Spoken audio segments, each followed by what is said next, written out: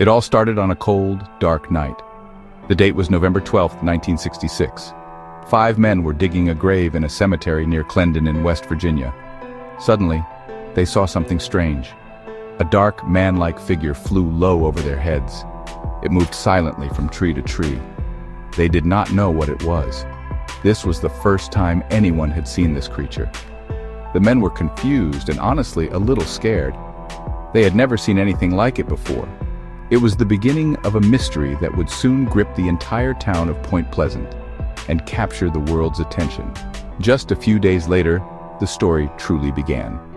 On November 15, 1966, 2 young couples were driving near an old abandoned factory.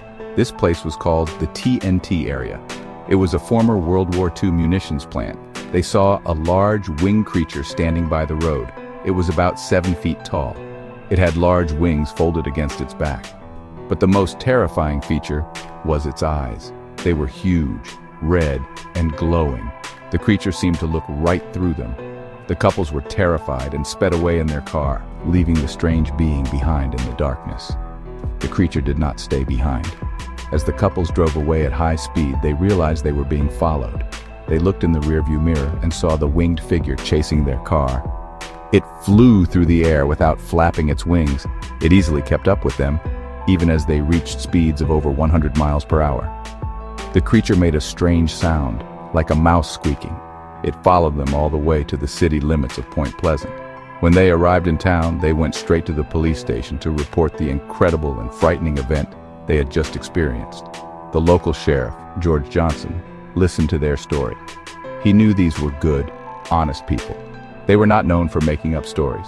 He went to the TNT area himself to investigate, but found nothing unusual. However, the next day, the local newspaper published the story. The headline read, "Couples see man-sized bird, creature, something." An editor cleverly named the creature Mothman, inspired by the Batman television series popular at the time. The name stuck, and soon, everyone in Point Pleasant was talking about the strange creature with glowing red eyes. The legend had been born. After the first newspaper report, the floodgates opened. More and more people started coming forward with their own stories. The sightings were not just in one place. They happened all over the Point Pleasant area. People reported seeing Mothman near their homes, in the woods, and flying over their cars. The descriptions were always very similar. The creature was large, gray, and had wings. Its most memorable feature was always its hypnotic, glowing red eyes. Many witnesses said they felt a deep sense of fear, a kind of dread they had never felt before. It was a fear that went beyond just seeing something strange. One of the most notable witnesses was a man named Newell Partridge. He lived in the nearby town of Salem. On the evening of November 14th, just before the couple's sighting, he was watching television. Suddenly, his TV screen went dark and started showing strange patterns. His dog, Bandit, began barking wildly outside. Partridge went out with a flashlight. He saw 2 large red eyes staring back at him from the darkness of his barn. They looked like bicycle reflectors. He felt a strange, paralyzing fear. He quickly went back inside, and his dog, Bandit, who had chased after the glowing eyes, was never seen again. The sightings continued throughout the next year, from late 1966 into 1967. People from all walks of life reported seeing the creature. This included firefighters, construction workers, and housewives. The creature was often seen in or around the TNT area. This vast, isolated place with its concrete domes and overgrown tunnels seemed to be its home. Some people thought it was living in the abandoned power plant there. The area became a focal point for investigators and curious locals. Everyone wanted to catch a glimpse of the mysterious Mothman, even though the thought of it was terrifying. As the sightings increased, so did the strange phenomena in Point Pleasant. People reported more than just seeing a creature. They talked about strange lights in the sky, which many called UFOs. They heard odd humming or buzzing noises coming from nowhere. Their telephones would ring, but there would be only strange electronic sounds on the line. Mysterious men dressed in black suits were also seen around town, asking questions about the sightings.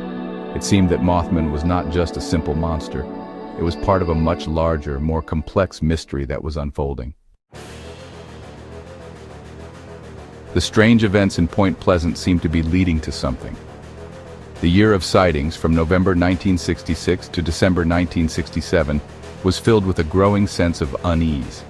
Many of the people who saw Mothman felt that it was trying to warn them about something. They did not see it as an evil monster trying to cause harm. Instead, they felt it was an omen, a messenger of a future disaster. This feeling was widespread throughout the community.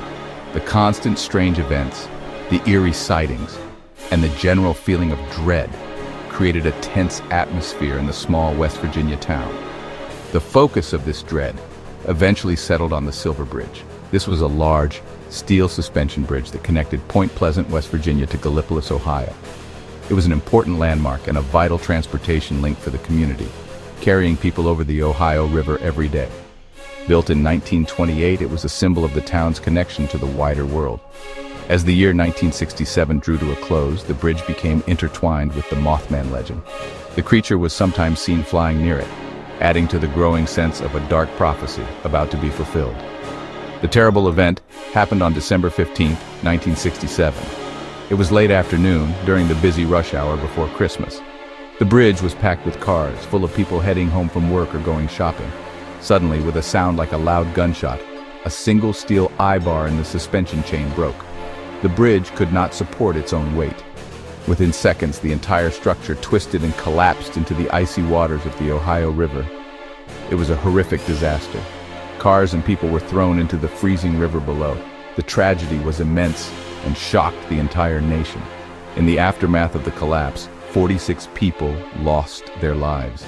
It was one of the worst bridge disasters in American history. As the town mourned, the Mothman sightings suddenly stopped.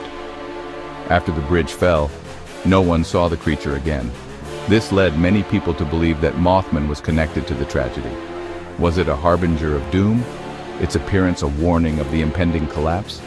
Or was it something more sinister, a cause of the disaster?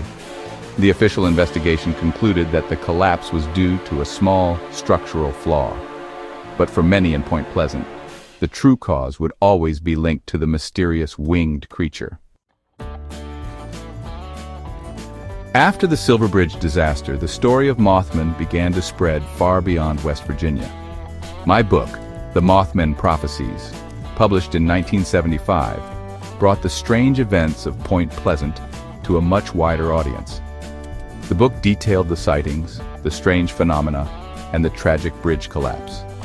It suggested a connection between all these events, presenting them as a complex and frightening mystery. The story captured the public's imagination. People were fascinated by the idea of a creature that could predict, or perhaps even cause, such a terrible event. The legend was no longer just a local ghost story. The legend grew even more famous with the release of a major motion picture in 2002, also called The Mothman Prophecies, starring Richard Gere. The film introduced the story to a new generation.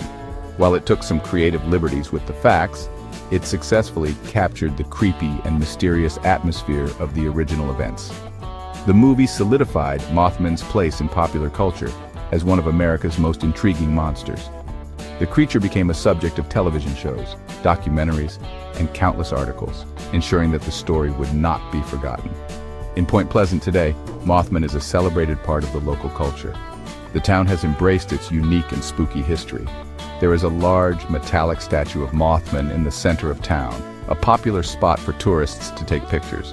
There's also a Mothman museum, which displays evidence, witness accounts, and memorabilia related to the 1966 to 1967 sightings. Every year, the town holds the Mothman Festival, a weekend event that draws thousands of visitors from all over the world.